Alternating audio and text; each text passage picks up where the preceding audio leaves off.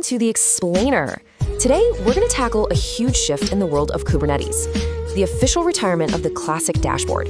But this is about more than just a tool. It's about how we manage and, even more importantly, secure our clusters. So if you're someone who's relied on the classic Kubernetes dashboard, you've probably heard the news. The project's been officially archived. It's not being maintained anymore, which leaves a pretty big question for a lot of teams out there. What do we do now? But look, this isn't just about swapping out one tool for another. It's really about understanding why the whole ecosystem evolved and what that means for how we manage our clusters today. The community's official recommendation is now pointing towards a modern CNCF-backed project called Headlamp. Okay, so let's really dig into this. Why did this change even happen? I mean, the original dashboard was a staple for years, right? So what gives? For a long time, I mean years, this dashboard was the go-to graphical interface for peeking inside a Kubernetes cluster. It gave you that simple, browser-based way to see what was going on without having to be a Kubectl wizard for every little thing. But here's the thing. As Kubernetes grew up and got way more complex, the dashboard's cracks really started to show. It was just built for a simpler time, you know? It was all about a single cluster. It really struggled with modern stuff like fine-grained access control, had zero integration with GitOps workflows, and honestly, it could be a real security headache if you weren't super careful about how you exposed it. So it became super clear that the community needed something new, something modern, a replacement that was actually built for the complex cloud-native world we live in today. And that's where Headlamp enters the picture. And let's be clear, Headlamp isn't just some random new tool on the block. No, this is the officially recommended successor from the Kubernetes SIG UI group. Plus, it's a Cloud Native Computing Foundation sandbox project, which gives it this really solid, community-driven backbone. And you can see right away how it tackles all the old dashboard's problems head-on. First off, it's super flexible. You can run it as a desktop app or right inside your cluster. Second, it's secure by design.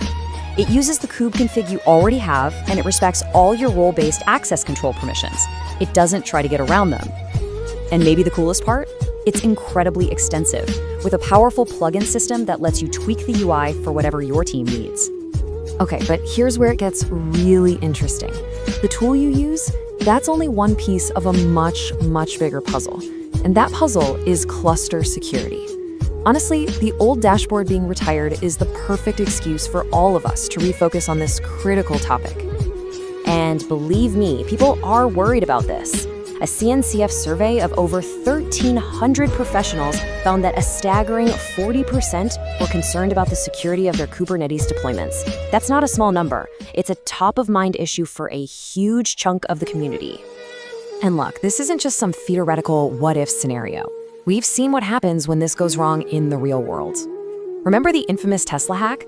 That was a direct result of an insecure Kubernetes console being left wide open to the internet, which let attackers sneak in and start mining crypto. And that just makes it crystal clear, right? Choosing your management UI isn't a matter of convenience or which one looks nicer. It is a fundamental security decision. You're exposing an incredibly powerful API through a web interface, and you have to do it with extreme caution. So the big question is, how do we actually do this? Well, let's look at what the security experts are telling us, what some are calling the security commandments. Some researchers did this awesome thing where they analyzed over 100 different sources, blog posts, conference talks, you name it, to figure out what security practices really matter the most.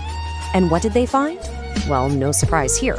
Out of all those sources, strong authentication and authorization were right at the top of the list.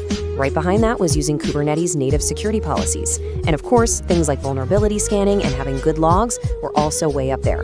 This pretty much gives us a roadmap of where to focus our energy. So you can kind of group all these best practices into three main pillars. Pillar number one is all about access control. We're talking about rigorously implementing role-based access control, RBAC, to enforce that principle of least privilege. It also means using namespaces to wall off different teams and resources, and, crucially, protecting the brain of the whole operation, the etcd database, by encrypting it and locking down access. Okay, pillar number two, cluster hardening. Think of this as strengthening the fortress walls. This is where you apply strict security policies to your pods and your network to control exactly who can talk to whom. It means staying on top of security patches. You've got to keep Kubernetes updated. It means setting resource quotas to stop denial of service attacks, and even isolating your most sensitive workloads on their own dedicated machines.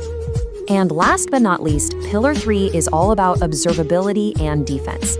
Because let's face it, you can't protect what you can't see.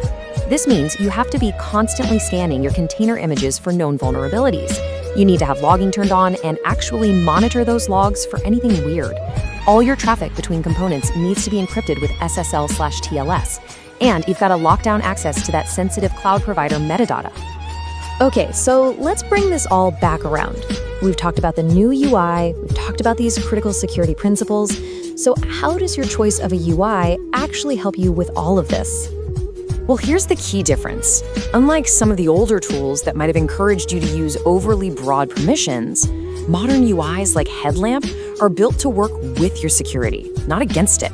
They plug right into your existing authentication, they honor your RBAC policies, and they give you that clear visibility you need to actually enforce all these best practices we just talked about. Now look, while Headlamp is the official recommendation, the great news is that the ecosystem is full of awesome options. For instance, if you're in a big enterprise and managing tons of clusters, something like Portiner might be perfect for you. Or if you just want something super simple and fast, a lightweight viewer like Schooner is a fantastic choice. It's really about matching the tool to your team's size and, more importantly, your security needs. So at the end of the day, the retirement of the old dashboard, it's more than just a change in tooling. It's really a prompt. It's a wake-up call, forcing us all to ask a much more important question about our own setups. So I'll leave you with this final thought to chew on. Is your cluster just running, or is it running securely? Because right now, the answer to that question has never been more important.